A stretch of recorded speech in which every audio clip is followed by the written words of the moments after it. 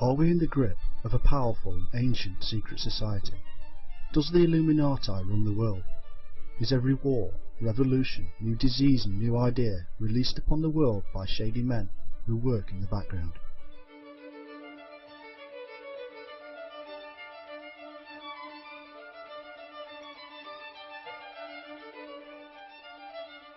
There are, of course, tales of secret societies throughout history. The first question we have to ask is why they had to remain secret.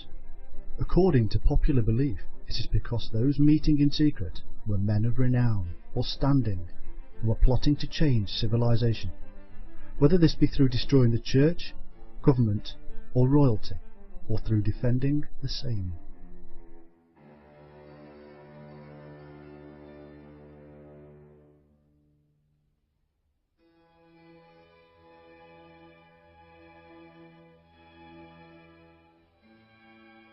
In almost every instance, these secret societies are playing a religious role, contacting God or the gods in ways that the state religion cannot or will not.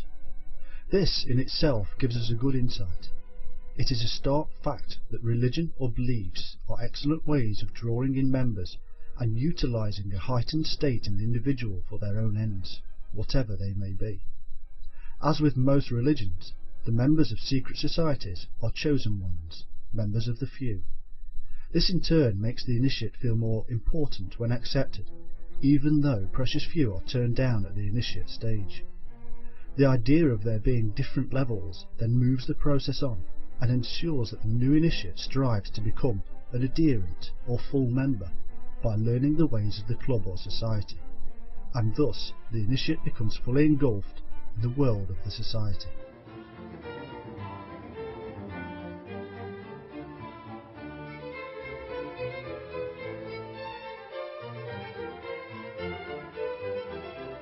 Secret societies take the membership a step further by including certain devices that the initiate must learn. These devices include secret handshakes and words, special days of the year known only to the few, and insights into standard texts. All this, and more, makes the initiate feel ever more important. In all instances, the ultimate enlightenment experience seems to be kept back for the very highest levels of initiation.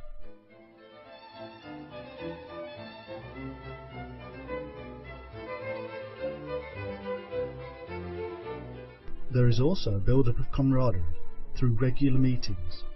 This leads the member down a path into the secret society of such emotional depth that to leave would feel like losing a member of the family. The comfort zone the initiate finds himself in is such that he does not wish to leave.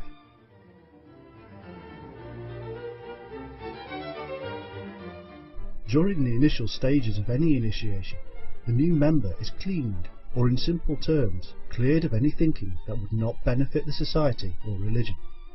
The new recruits are told to leave the world behind, including family and friends, who are called distractions. They are then given, as a replacement, the new family of the church or society, who at this stage of the process are always forthcoming with help and love to such an extent that the recruit is overwhelmed with joy, a joy that remains in the new recruit's mind deeply entrenched due to the cleaning process previously carried out.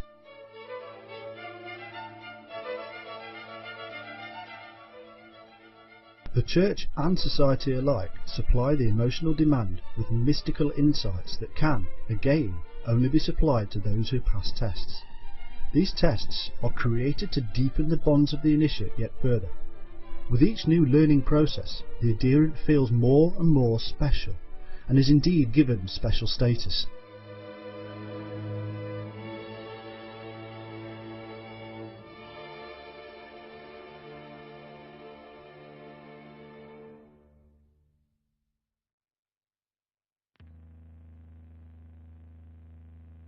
I feel warm, strong, numb. I feel warm, strong, numb. Way too high up. There are tests which are put in place to determine whether the initiate has the ability to move further. The deeper aspects of these organizations are more and more secret, and at the highest level they have to be, as this is where the true secret or purpose of the society or religion lies. Did the lights go out? I feel warm. The Knights Templar tested the initiate with the spitting on the cross. The reason is simple and has nothing to do with the irreverence spoken of by the Church. On one level, if the initiate fails to spit upon the cross as requested, he is rewarded for his true faith with membership and believes he has made it. On the other level, if he does spit upon the cross, then he has shown true discipline and will be led by the Master's authority wherever that may take him. This initiate will move further up the scale that is hidden to the first who failed to follow the command.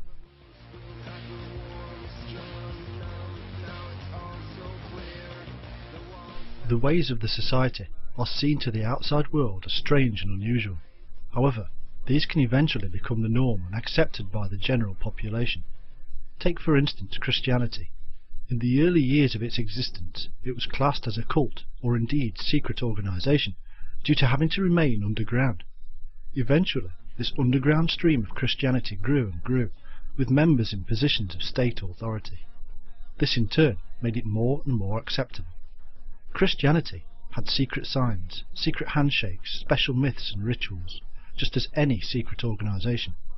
Eventually, Christianity ruled the majority of the globe, and was itself then fighting against underground streams, which retained the mysteries of ancient myth.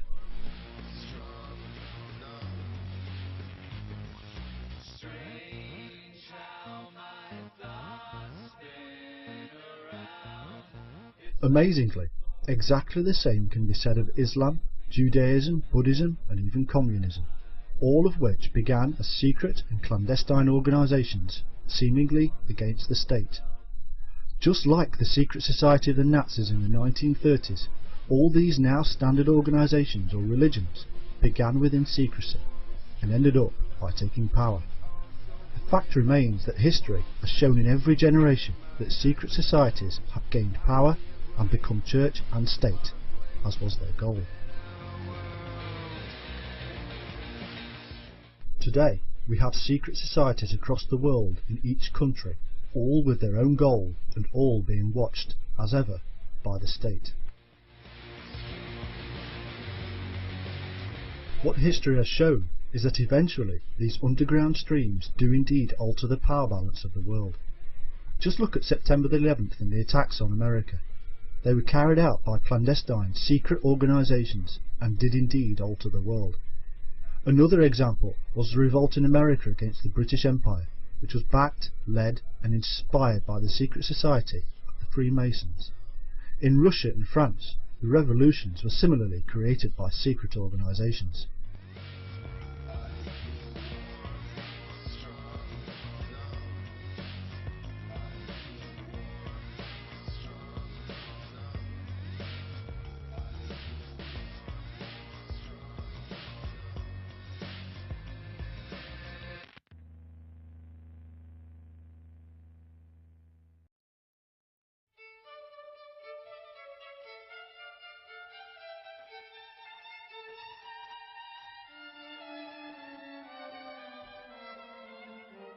This does not mean that every attempt by every secret society will work, and history is littered with hundreds of such failed attempts. Others have managed to claim power, but only fleetingly.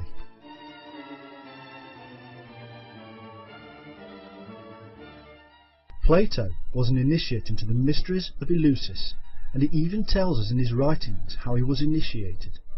He claimed that he was placed in a pyramid for 3 days, where he died symbolically, was then reborn, and was then given the secrets of the mysteries. There is no wonder that the Great Pyramid was claimed to be part and parcel of the mysteries. The name given to it, Iket and Kuti, meant glorious light or shining.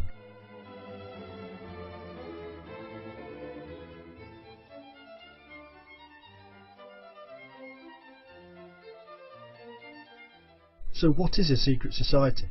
Is it simply a group of individuals basing their origins in the mists of time, or in the celestial and solar dance of the cyclic universe, who come together to effect change? Sometimes they are successful, sometimes they are not, but in most cases they effect some kind of change in society at large. They are, on the whole, spiritually based, and what we will discover is that there is a major thread running through those that have been successful, and that thread is illumination, which gave rise to the name the Shining Ones.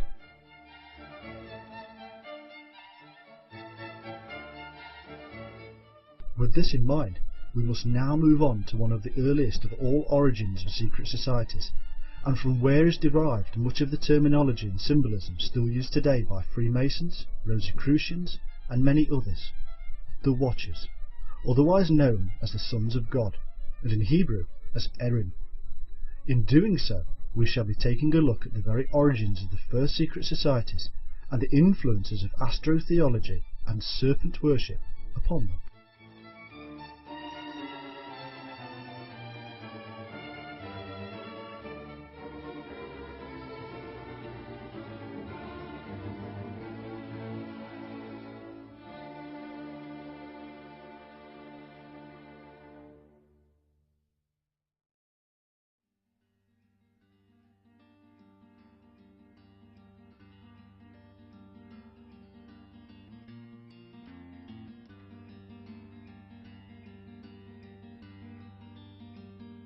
According to some, Sumeria means land of the Watchers, and it is from this land that the Elohim, or Shining Ones, who governed the Watchers, also came. Let's just take a look at these Elohim for a moment, to find out who these gods were that supposedly enslaved men and were in charge of the Watchers. The term Elohim is often used in the Old Testament for the Lord. This is an incorrect usage, as the term is plural and means Shining Ones.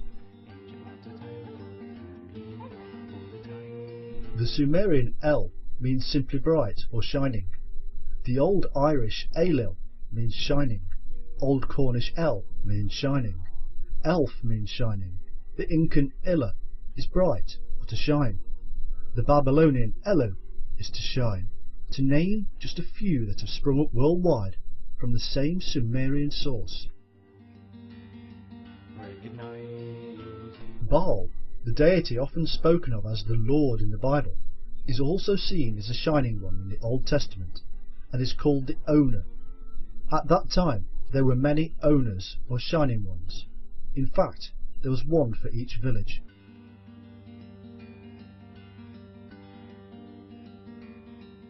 According to General Albert Pike, the famous Masonic historian, the Elohim were the host of heaven, ascending and descending to pass messages to and from God. The host of heaven were of course the shining stars and the night sky humanized.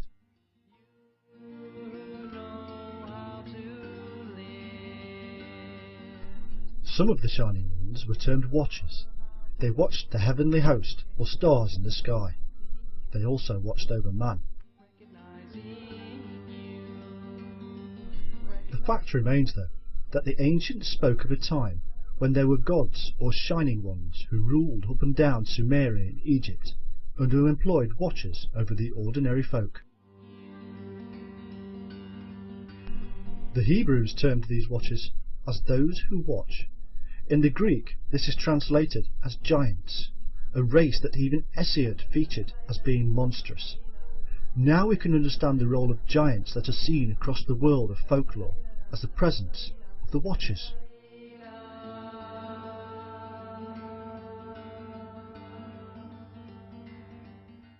In the Testament of Amram, we have a remarkable insight into the aspect of these shining watchers.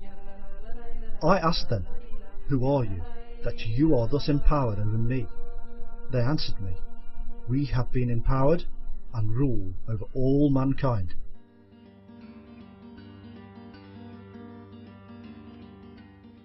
The Mosaic Book of Jubilees was intended as a history of the days of old, and reveals the purpose of the Watchers. For in his days the angels of the Lord descended upon the earth, those who are named Watchers, that they should instruct the children of men, that they should do judgment and uprightness upon the earth.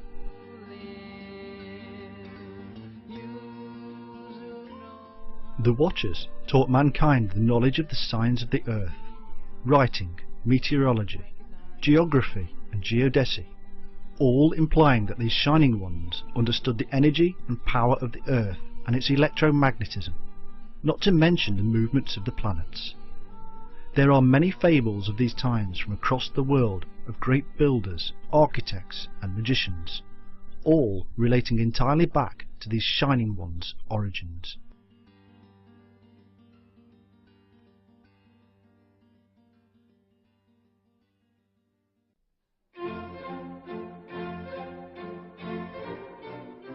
Much of the myth of the Watchers is found to be in the Middle East, with the Canaanites, Egyptians, Sumerians and even Asian civilizations. But the underlying current is a belief in the Shining Ones as leaders, with Watchers doing their bidding, evolving later into God with his angelic beings. We know that mankind deified these men of renown, to whom this refers, and therefore we know that these Shining Ones were mere men, and not, as some would assert, aliens or otherworldly beings.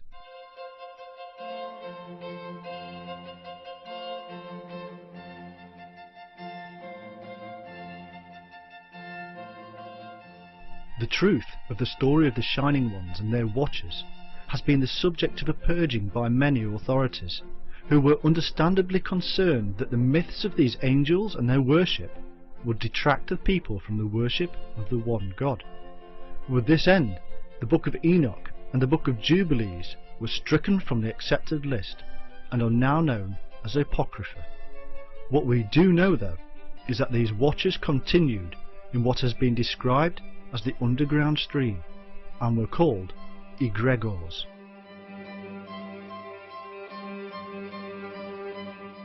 The term is Greek and means to rouse from sleep, to be excited by passion, to be awake, or to watch, all terms linked to the enlightenment or illumination experience. It also became a Gnostic and mystic term, thought to mean collective unconsciousness.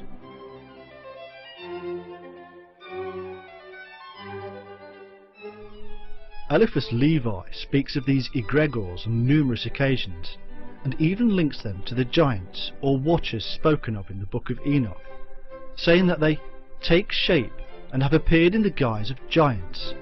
These are the egregores of the Book of Enoch, termed the Celestial Watchers or egregores by the ancients.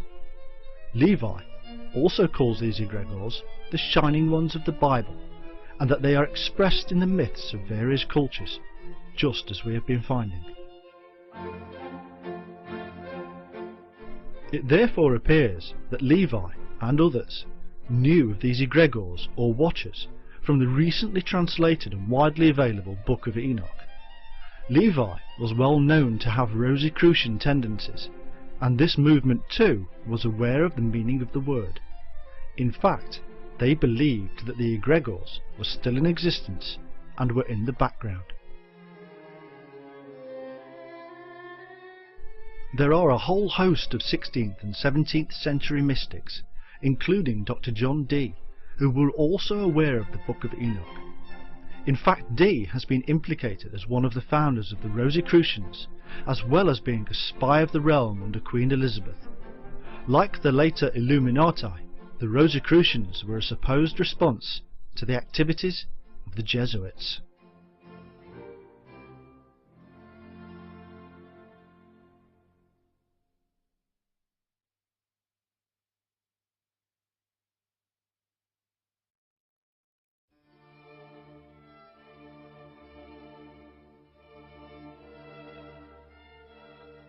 Whether or not the actual Shining Ones, Watchers or egregore were physically around during this vast expanse of time is obviously the subject of debate still. But what this does show is that the ancient influence of the Shining Ones was certainly still in existence. The thread that spans the gap in history, of course, is that of the alchemists and religious orders.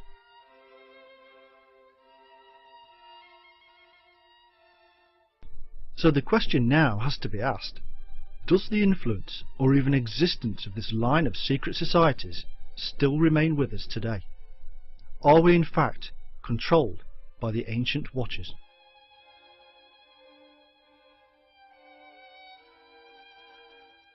Many people will have heard of the infamous Illuminati. Others will be wondering what on earth they could be. Ever since their inception, this 18th century secret society has garnered the imagination of millions. However, to first understand the Illuminati, we must understand two specific institutions, the Freemasons and the Catholic Church.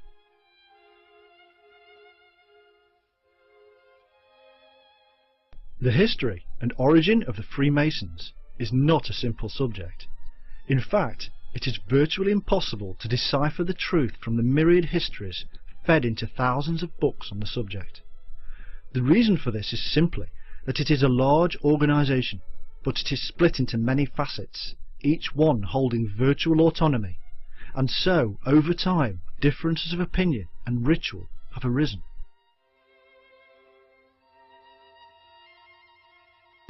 Many Masonic historians try desperately to claim that their lineage stretches right back to the Temple of Solomon and the builder Hiram Abiff. They are even told it as fact in their ceremonies. Others claim descent from the Roman and Greek stonemasons and the Roman augurs who had special knowledge of the lay of the land and energies related to our modern day perception of ley lines. There can be no distinct proof of any of this, albeit likely that the secret knowledge has been passed down the centuries from one adept and initiate to another.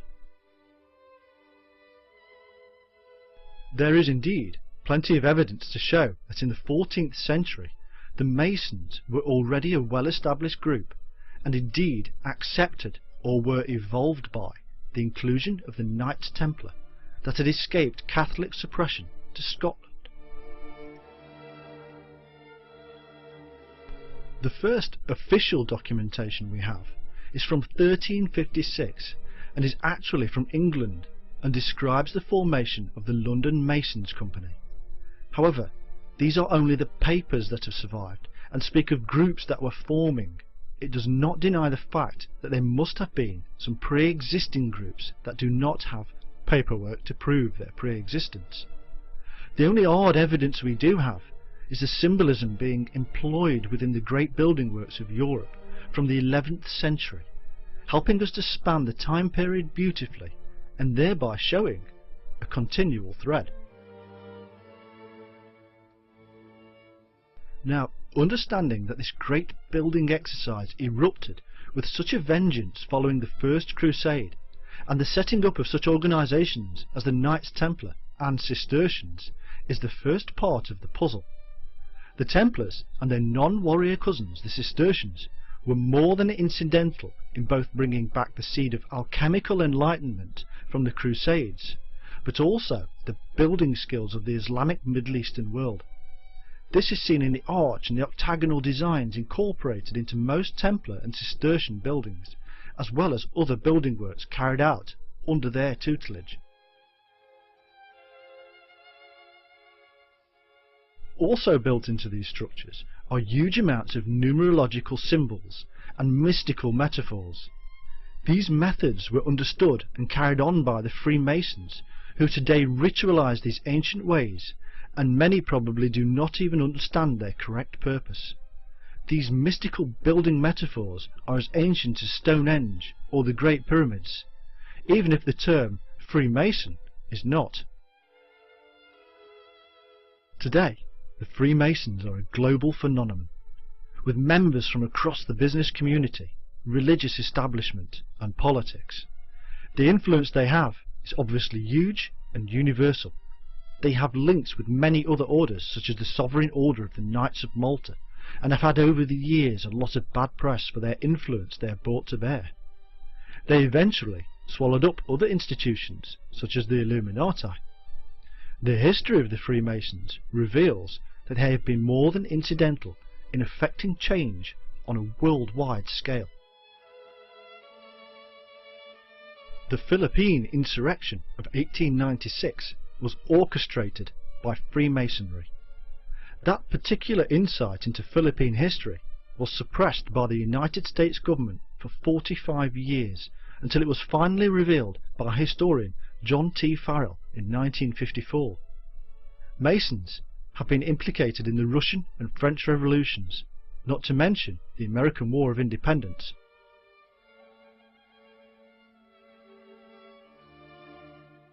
The rebellion in Italy against papal government during the 1830s was a classic Masonic revolutionary movement.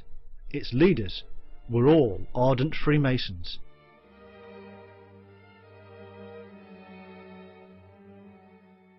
Benjamin Disraeli, the once Prime Minister of England, said, "A great part of Europe, the whole of Italy and France, and a great portion of Germany, to say nothing of other countries, are covered with a network of these secret societies, just as the earth is now being covered with railroads. And what are their objects? They do not attempt to conceal themselves. They do not want constitutional government. They do not want institutions. They do not want provincial councils, nor the recording of votes."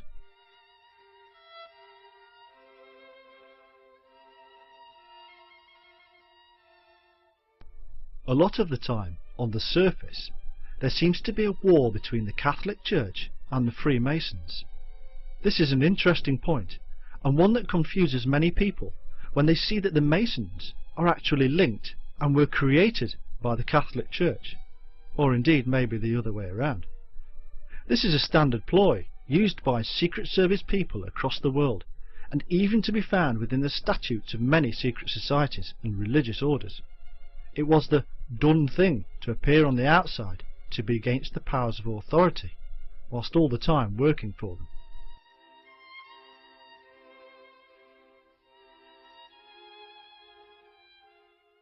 The Freemasons can clearly be shown to have evolved from esoteric sects emanating from within and even before the Catholic Church, and as a direct result of Templar influence in Scotland.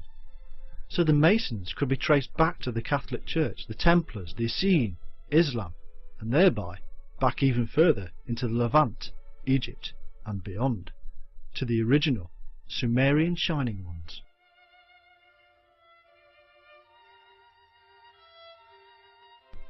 It also goes back to the Knights of St. John or Knights of Malta. Both the Templars and the Knights of Malta have re-emerged from within the Masons and are now orders themselves in various forms. Most still owe their allegiance to the Masons, but are distinct.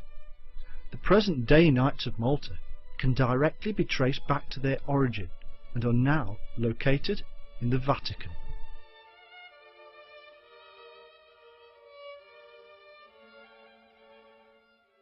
There is appearing a glimmer of that central part of the wheel to which all the spokes seem to be attached. Before the Illuminati merged into the Masons, they had been implicated in the creation of several other groups, such as the Rosicrucians, Golden Dawn, and even the Lutherans and Protestants.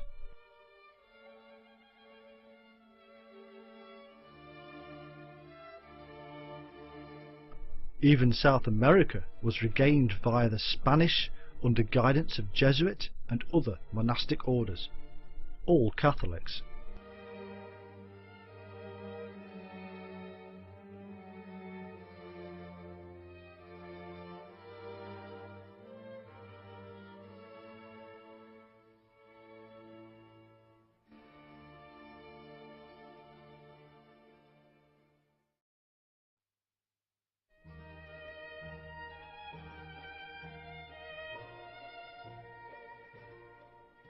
In 1789, Mason de Luchette wrote, "There are a certain number of people who have arrived at the highest degree of imposture. They have conceived the project of reigning over opinions, and of conquering not kingdoms nor provinces, but the human mind. This project is gigantic, and has something of madness in it, which causes neither alarm nor uneasiness. But when we descend to details, when we regard what passes before our eyes of the hidden principles, when we perceive a sudden revolution in favour of ignorance and incapacity, we must look for the cause of it, and if we find that a revealed and known system explains all the phenomena, which succeed each other with terrifying rapidity, how can we not believe it?"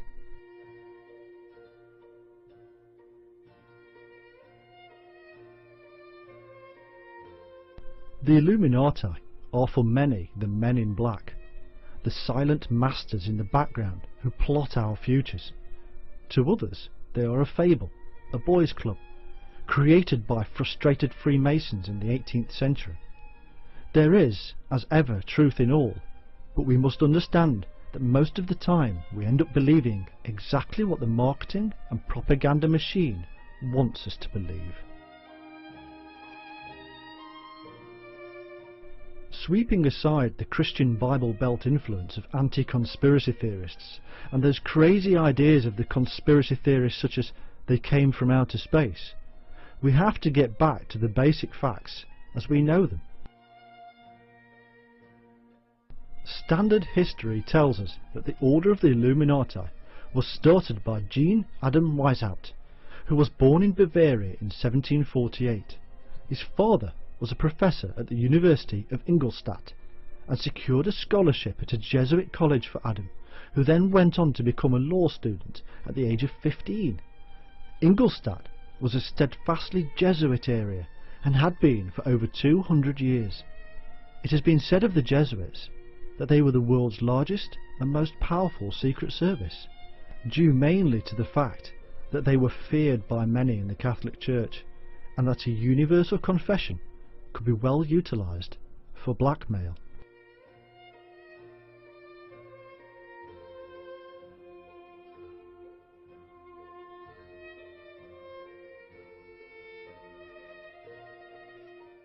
According to a converted nun, the Jesuits offer the world at large a system of theology by which every law, divine or human, may be broken with impunity, and by which the very bulls of popes may be defied. It is a ghastly religion. It is a religion to be abhorred by all honest and honourable men.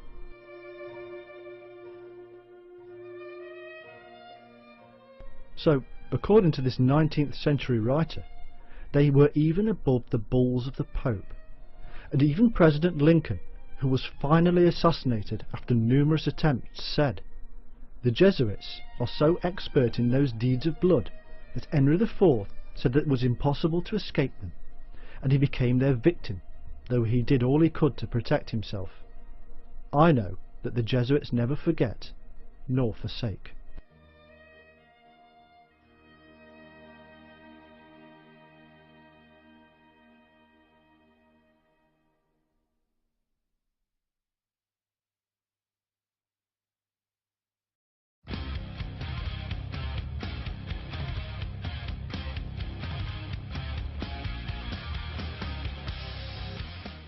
On the one hand, the Jesuits fraternise with Freemasons, royalty and presidents, and on the other, take an oath which puts them at odds with just about everybody who is not Catholic. It is into this world Weishaupt was brought up. By 1775, Weishaupt was Professor of Canon Law at Ingolstadt, and it was this year he, or somebody else, chose for Weishaupt to form a plan of an association of which he would head. This association would oppose the forces of superstition and lies, which can only imply religion. The thoughts of many commentators are that Weishaupt so hated the Jesuits that he thoroughly intended to do away with them once and for all. Others believe that Weishaupt was in fact trained by the Jesuits for the purpose of raising a worldwide army of spies, who would constantly be feeding back information that the Jesuits could not get any more through their confessions.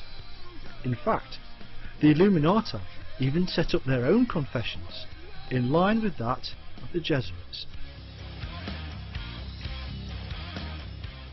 All of this surveillance and confession were fed back to the Jesuits from the very people who were supposed to be against them. How better to find out what was in the mind of the opposition than to be the opposition? This is a standard double ploy utilised for centuries by secret services, all religions and all nations. Through associations with the Freemasons, the Jesuits managed to get information from and influence to the Freemasons of the globe.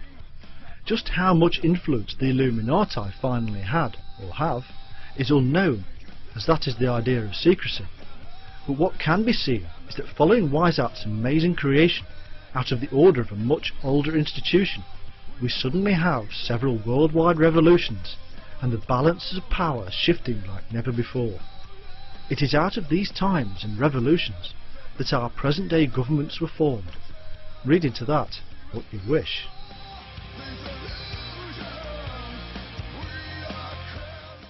The true history of the Bavarian Illuminati, like that of the Freemasons who erected the church buildings, is now so clouded in mystery that it is almost impossible to decipher.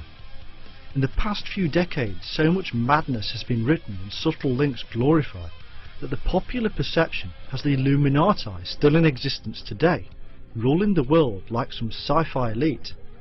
The fact remains that the links we do have reveal that the Illuminati were a group created subtly by the Catholic Church to stave off dissent within Europe's privileged and influential. Regardless of the evidence, however, the Church and even its opponents still maintain that the Illuminati were, and even are, opponents of the Church and State, even though there is precious little evidence for this. In those places that the Illuminati have been powerful, the Church is to this day still a big force, and yet in those countries, such as England, that no longer have a powerful Catholic contingency, the Illuminati are not. This is evidence in opposition to the normal belief.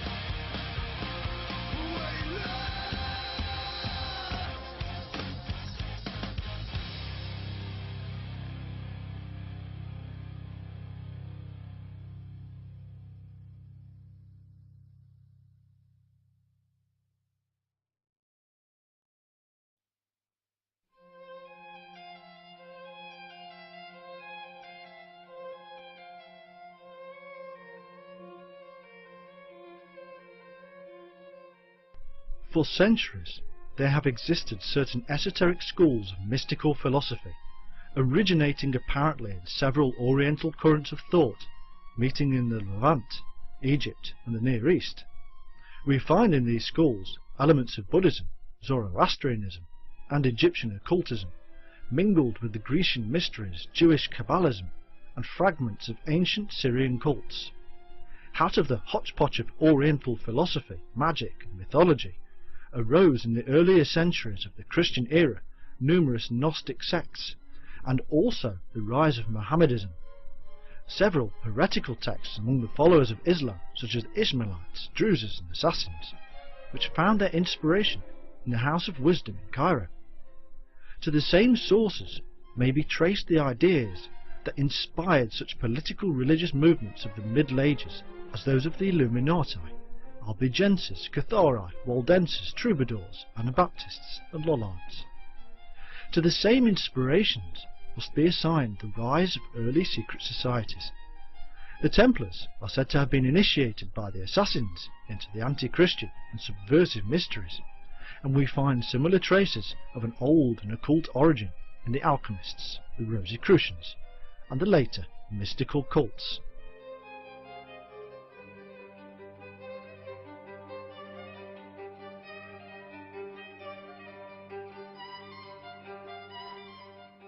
They are all connected and all derive from a similar, if not the same source. This same source may also be traced through the infamous Essene, the Jewish brotherhood who took themselves off to Damascus, Qumran, and there set about reinvigorating their strict methods of control based upon their very ancient religious belief systems, which themselves may indeed be traced into Egypt and even India.